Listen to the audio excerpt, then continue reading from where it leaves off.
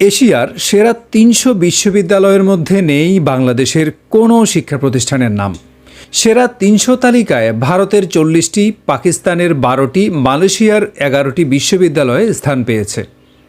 এশিয়ার ৩১ দেশের মোট ৭৩৯টি বিশ্ববিদ্যালয়ের মধ্যে র্যাঙ্কিং করা হয়েছে। সম্প্রতি যুক্তরাজ্য ভিত্তিক শিক্ষা সাময়িকী টাইমস হায়ার এডুকেশন ২০২৪ সালে এশিয়ার সেরা বিশ্ববিদ্যালয়ের যে তালিকা প্রকাশ করেছে তাতে এসব তথ্য উঠে এসেছে। দেশের বিশ্ববিদ্যালয়গুলোর মধ্যে বুয়েট ও জাহাঙ্গীরনগর বিশ্ববিদ্যালয়ের অবস্থান ৩০১ থেকে ৩৫০-এর মধ্যে। বাংলাদেশ কৃষি বিশ্ববিদ্যালয় ও নর্থ সাউথ ইউনিভার্সিটির অবস্থান ৩৫১ থেকে ৪০০-এর মধ্যে।